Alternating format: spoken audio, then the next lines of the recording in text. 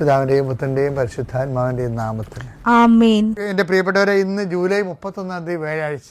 അമ്മേ പരിശുദ്ധമ്മേ, അമ്മേ പരിശുദ്ധമേ, ദൈവമാതാവേ, ദൈവമാതാവേ, കൃപാസനത്തിലൂടെ ഞങ്ങൾക്കും ഞങ്ങളുടെ ദേശത്തിനും അമ്മ മധ്യസ്ഥം തേടി തന്ന എല്ലാ അനുഗ്രഹങ്ങൾക്കും കൃപകൾക്കും ഞങ്ങളിപ്പോൾ ഹൃദയം നിറഞ്ഞ നന്ദി പറയുന്നു. അമ്മേ പരിശുദ്ധമേ, ദൈവമാതാവേ, 2004 ഡിസംബർ 7 ഉച്ചകഴിഞ്ഞ് 2:30 കൃപാസനത്തിൽ സംഭവിച്ച അമ്മയുടെ പ്രത്യക്ഷപ്പെടലിനെ കുറിച്ച് തിരുസഭയ്ക്ക് സമർപ്പിച്ചിരിക്കുന്ന പഠനരേഖകളുടെ മേൽ സഭാത്മകമായ പഠനം ആരംഭിക്കുവാൻ ഞങ്ങൾ പ്രാർത്ഥിക്കുന്നു. അമ്മേ പരിശുദ്ധമേ, ഭൂസ്വർലോകങ്ങളുടെ രാജ്ഞിയായ അങ്ങേയ്ക്ക് ഭൗമ സംരക്ഷണത്തിനായി പ്രപഞ്ചപ്രകൃതിയെ തന്നെ തിരുസഭ പ്രതിഷ്ഠിക്കുവാൻ ഈ പ്രത്യക്ഷീകരണ വഴി ഇടയാക്കണമേ. പരിശുദ്ധമ്മേ, ജപമാല മാതാവേ, സകല കൃപാസനം പ്രാർത്ഥനകളോടും ചേർത്ത് ഞങ്ങളിപ്പോൾ പ്രാർത്ഥിക്കുന്ന ഈ കുടുംബത്തിന്റെ പ്രത്യേക നിയോഗം.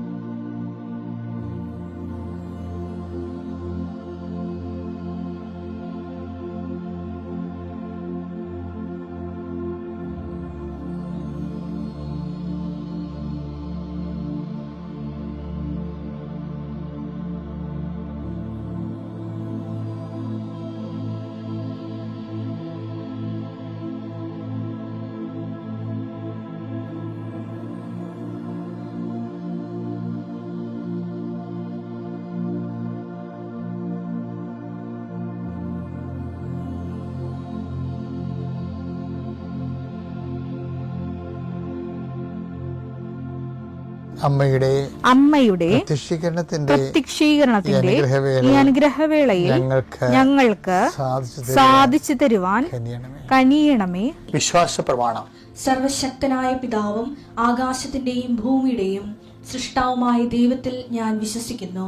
അവിടുത്തെ ഏകപുത്രനും ഞങ്ങളുടെ കർത്താവുമായ ഈശോമിശിഹായിലും ഞാൻ വിശ്വസിക്കുന്നു. ഈ പുത്രൻ പരിശുദ്ധാത്മാവിനാൽ ഗർഭസ്ഥനായി കന്യകാമറിയത്തിൽ നിന്ന് പിറന്ന് പൊന്തിയോസ് പീലാത്തോസിന്റെ കാലത്ത് പീഡകൾ സഹിച്ച് കുരിശിൽ തറയ്ക്കപ്പെട്ട് മരിച്ച് അടക്കപ്പെട്ട് പാതാളങ്ങളിൽ ഇറങ്ങി മരിച്ചവരുടെ ഇടയിൽ നിന്ന് 3-ാം നാൾ ഉയർത്ത് സ്വർഗത്തിലേക്ക് എഴുന്നള്ളി സർവശക്തിയുള്ള പിതാവായ ദൈവത്തിന്റെ വലതുഭാഗത്തിരിക്കുന്നു. അവിടെ നിന്ന് ജീവിക്കുന്നവരെയും മരിച്ചവരെയും വിധിക്കുവാൻ വരുമെന്നും ഞാൻ വിശ്വസിക്കുന്നു. പരിശുദ്ധാത്മാവിലും ഞാൻ വിശ്വസിക്കുന്നു.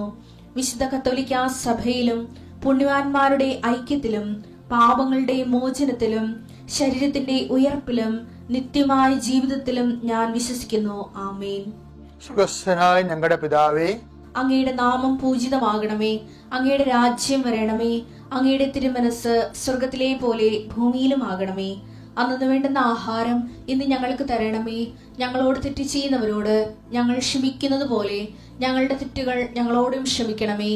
ഞങ്ങളെ പ്രലോഭനത്തിൽ ഉൾപ്പെടുത്തരുതേ, തിന്മയിൽ ഞങ്ങൾ രക്ഷിക്കണമേ. ആമേൻ. നന്മ നിറഞ്ഞ മറിയമേ, സ്വസ്തി. കർത്താവ് അങ്ങയുടെ കൂടെ സ്ത്രീകളിൽ അങ്ങ് അനുഗ്രഹിക്കപ്പെട്ടവളാകുന്നു. അങ്ങയുടെ ഉദരത്തിൻ ഫലമായി ഈശോ അനുഗ്രഹിക്കപ്പെട്ടവനാകുന്നു. പരിശുദ്ധ മറിയമേ, തമ്പുരാന്റെ അമ്മേ, പാപികളായ ഞങ്ങൾക്ക് വേണ്ടി ഇപ്പോഴും ഞങ്ങളുടെ മരണസമയത്തും തമ്പുരാനോട് അപേക്ഷിക്കണമേ. ആമേൻ. രാവിലെയുള്ള പ്രാർത്ഥനയ്ക്ക് നമ്മുടെ ഓരോ ദിവസത്തിന് വേണ്ട ഡെയിലി ബ്രെഡാണല്ല ഇത്. അപ്പം നിങ്ങൾ ഇപ്പോൾ ഓരോരോ സ്ഥലങ്ങളിലേക്ക് പോകത്തില്ലേ, അപ്പോൾ അവിടെയുള്ള അപ്പോൾ ഓരോരോ വിഷയങ്ങളിൽ ഏർപ്പെട്ടില്ലേ. ഇപ്പോൾ ഉദാഹരണത്തിന് ഭവന നിർമ്മാണ തടസ്സമാണ്. അപ്പം നിങ്ങൾ അതിൻ്റെ സ്കെച്ചും പ്ലാനും രാവിലെ പ്രാർത്ഥനയ്ക്ക് കൊണ്ടുവരണം.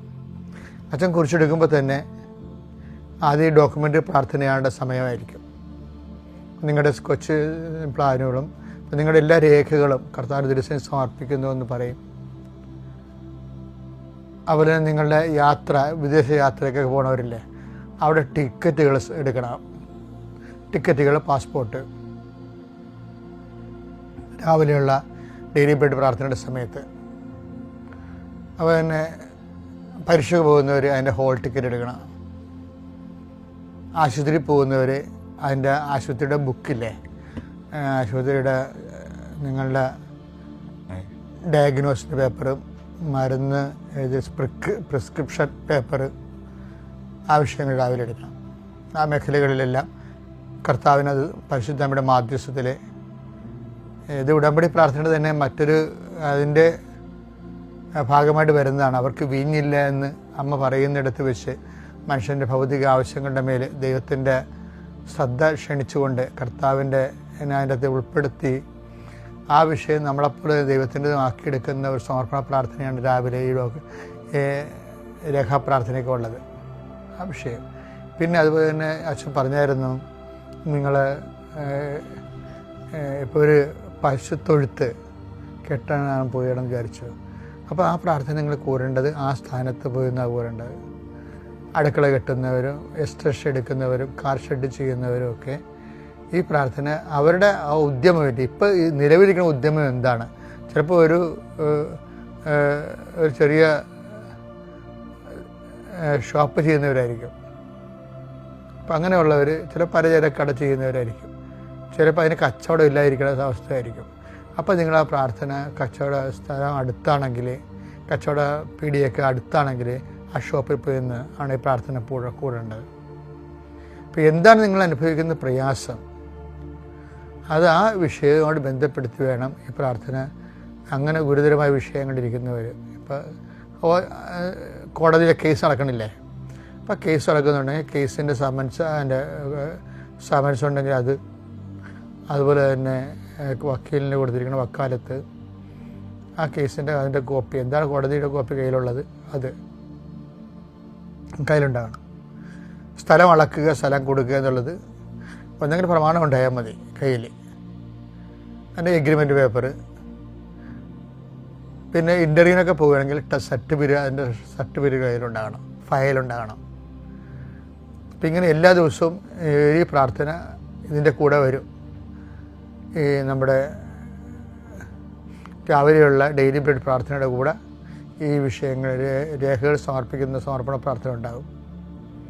അത് നിങ്ങൾക്ക് മുട്ടനിക്കാൻ പറ്റുന്നൊരു മുട്ടന്ന് തന്നെ അത് പ്രാർത്ഥിക്കണം. ആദ്യത്തെ ഭാഗം അച്ഛൻ കുരിശെടുക്കുമ്പോൾ തന്നെ ഉള്ളത് ആദ്യമേ തുടങ്ങുന്നത് ഇതുപോലെയുള്ള രേഖകളെ സമർപ്പിക്കുന്ന പ്രാർത്ഥനയാണ്. അതിനുശേഷമാണ് പിന്നീട് രോഗികളെയൊക്കെ സംബന്ധിച്ച് ജീവിത വിഷയങ്ങളെ സംബന്ധിച്ച് പോകുന്നത്. ഒന്ന് ശ്രദ്ധിച്ചാൽ മതി, അതിൽ അപ്ഡേഷൻസാണ് വന്നിരിക്കുന്നതാണ്. നമുക്ക് പ്രാർത്ഥിക്കാം. രേഖകളുള്ളവരൊക്കെ രേഖകൾ കയ്യിലെടുക്കുക. കർത്താവിൻ്റെ ഉന്നതമായ നാമത്തിന് സ്തോത്രം ചെയ്യുന്നു. കർത്താവിൻ്റെ വിശുദ്ധ പൗരോഹിത്യത്തെ മഹത്വപ്പെടുത്തണമേ.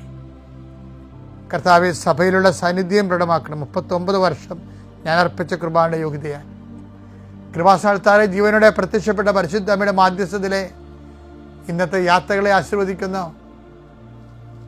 കർത്താവ് രോഗികളെ ആശീർവദിക്കുന്നു. ഉച്ച മുതൽ ഉള്ളംകാല് വരെ ഓരോ രോഗങ്ങളെ പീഡ അനുഭവിക്കുന്നവരും ഉറക്കമില്ലാത്തവരെയും കർത്താവ് ഇന്നലെ ഉറങ്ങിയിട്ടില്ലാത്ത മക്കളെ ആശീർവദിക്കുന്ന കർത്താവേ, കുടലിലെ കുരുക്കൾ, അൾസർ രോഗങ്ങൾ കർത്താവിൻ്റെ വിശുദ്ധമായ രക്തത്തിൽ കഴുകപ്പെട്ട് പ്രാർത്ഥിക്കുന്നു. ഹൃദയത്തിൻ്റെ ബ്ലോക്കുകൾ ഓപ്പറേഷൻ നിശ്ചയിച്ചിരിക്കുന്നവരെ സ്കാനിങ് റിപ്പോർട്ടിന് വേണ്ടി സ്കാൻ ചെയ്യാൻ പറഞ്ഞിരിക്കുന്നവർ, എക്സ്റേ എടുക്കാൻ പറഞ്ഞിരിക്കുന്നവർ, അവരെല്ലാം സങ്കടപ്പെടുന്നവരെല്ലാ മക്കളെയും അങ്ങേക്ക് ഞാൻ ഏൽപ്പിച്ച് പ്രാർത്ഥിക്കുന്ന കർത്താവേ. വിവാഹം ഒത്തുവരാത്തവർ കർത്താവെ, ഇതുവരെക്കും അഡ്മിഷൻ കിട്ടാത്തവരെ, ഇതുവരെക്കും അഡ്മിഷന് ആവശ്യമായ പണം കിട്ടാത്തവരെ, ഓരോരോ വിഷയങ്ങളിൽ വല്ലാത്ത വേദന അനുഭവിക്കുന്നവരെ കർത്താവിൻ്റെ തിരുസന്നിധിയെ സംബന്ധിച്ച് പ്രാർത്ഥിക്കുന്നു. കൂടെ ആ അപേക്ഷ സംഭവിക്കുകയും വർഷങ്ങളായിട്ട് മക്കളില്ലാതിരിക്കുകയും ചെയ്യുന്നവരെ, ഞങ്ങൾക്ക് ഈ ജന്മത്തിൽ മക്കൾ ഉണ്ടാകുമോ ഇല്ലയോ എന്ന് ഓർത്തിട്ട് വേദനപ്പെടുകയും ഇനി എന്തിനാണ് ജീവിച്ചിട്ടെന്ന് വിചാരിച്ചതിന് ഈ മക്കളില്ല എന്നുള്ള വിചാരത്തിൽ ജീവിതം മൊത്തം പോയെന്ന് പറഞ്ഞാൽ മൗഢ്യമായിരിക്കുന്ന വിഡ്ഢികളുടെ സഹോദരിയിരിക്കുന്നവരെ കർത്താവെ, അവരെ ഞങ്ങൾ സ്പർശിക്കുന്ന പ്രാർത്ഥിക്കുന്നു. അവർക്ക് കർത്താവെ, അവർക്ക് നിലനിൽപ്പിൻ്റെ വരം നൽകണമെന്ന് പ്രാർത്ഥിക്കുന്നു. അവരുടെ ജീവിതത്തിൽ അങ്ങ് സ്പർശിക്കുന്നവരെ, അടയാളങ്ങൾ അവരെ കാണുന്നവരെ കർത്താവിൻ്റെ കരുണ നിങ്ങൾ ആവശ്യപ്പെട്ട് പ്രാർത്ഥിക്കുന്നു. ജീവിത വൃത്തിക്ക് വേണ്ടി വിഷമിക്കുന്നവരെ കർത്താവെ, അവരുടെ സാമ്പത്തിക കടങ്ങൾ പരിഹരിക്കുന്നതിന് വേണ്ടി കണ്ണീരോടെ അലയുന്നവരെ ഓരോരോ വാതിലും മുട്ടുന്നവരെ എന്നിട്ടും തുറക്കാതെ അവൻ കണ്ണീരോടെ പിന്തിരിയുന്നവരുടെ മേൽ കർത്താവിൻ്റെ കാരുണ്യം ചൊരിയട്ടെ. പരിശുദ്ധ അമ്മ അവിടെ കരഗ്രഹിക്കട്ടെ. അവിടെ നീ നടക്കേണ്ട വഴി നിന്റെ മുഖത്ത് നോക്കിയാൽ ഉപദേശിക്കുന്ന നല്ല ദൈവത്തിൻ്റെ കരുണ നിന്നെ ആവശ്യിക്കുകയും നീ എന്തിനു വേണ്ടിയാണോ, ആരെക്കുറിച്ചാണോ, എന്തിനെക്കുറിച്ചാണോ നീ ആകുലപ്പെടുന്നത് ആ വിഷയം, അത് കേസായാലും മക്കളായാലും പരീക്ഷയായാലും പ്രാർത്ഥനയായാലും വിവാഹമായാലും ഭവനമായാലും ഭവനമില്ലാത്ത അവസ്ഥയായാലും എന്തെല്ലാം കാര്യങ്ങളെക്കുറിച്ചുകൊണ്ട് നീ വേദനിക്കുന്നുവോ ആ മേഖലകളിലെല്ലാം ഈ ദിവസം ദൈവത്തിൻ്റെ കരുണ ചൊരിയട്ടെ. എൻ്റെ കൃപ ഞാൻ അർപ്പിക്കുന്ന കൃപാന്റെ ശക്തിയാൽ നീ ഈശോയുടെ സാന്ത്വനം അനുഭവിക്കട്ടെ. നിത്യം പിതാവും പുത്രനും പരിശുദ്ധാനുമായ സർവീശ്വര നയിക്കുവാമേ.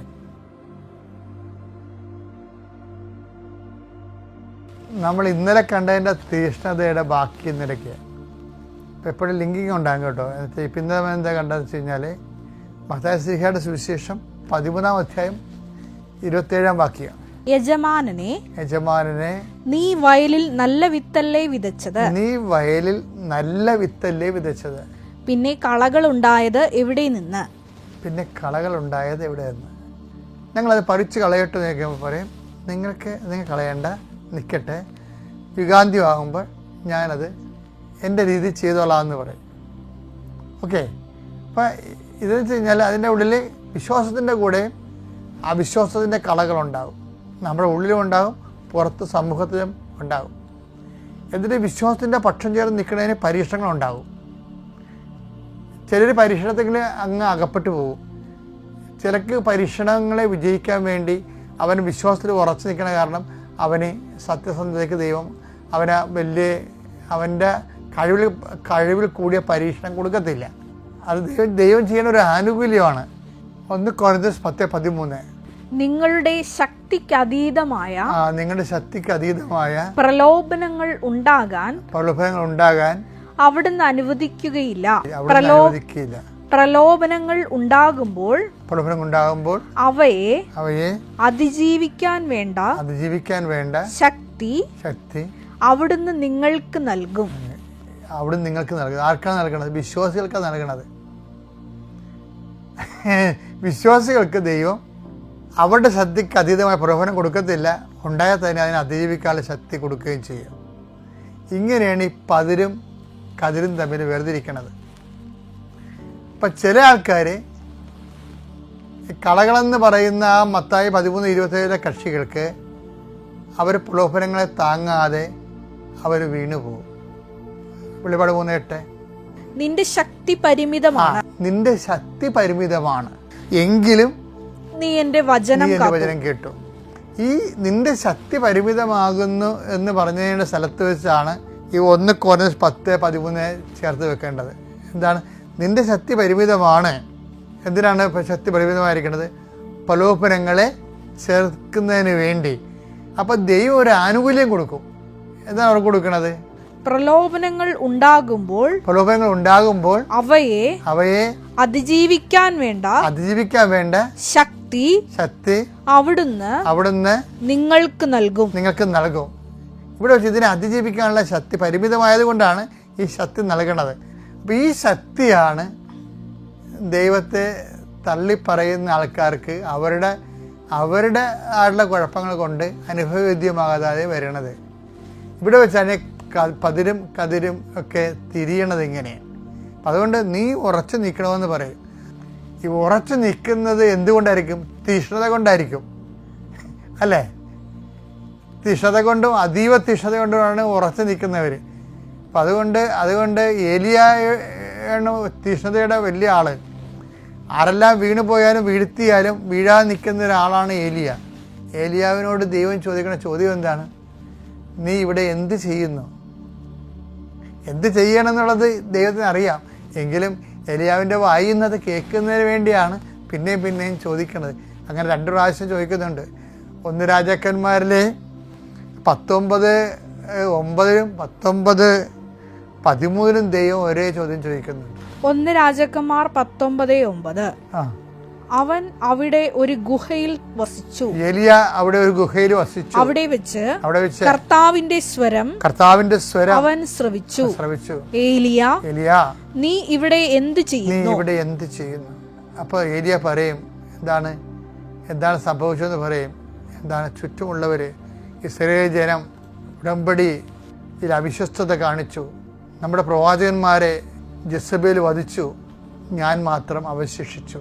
ഈ ഞാൻ മാത്രം അവശേഷിച്ചു എന്ന് 2 പ്രാവശ്യം ഏലിയ പറയുന്നുണ്ട്. 1 രാജാക്കന്മാർ 19-14 വായിച്ചേ.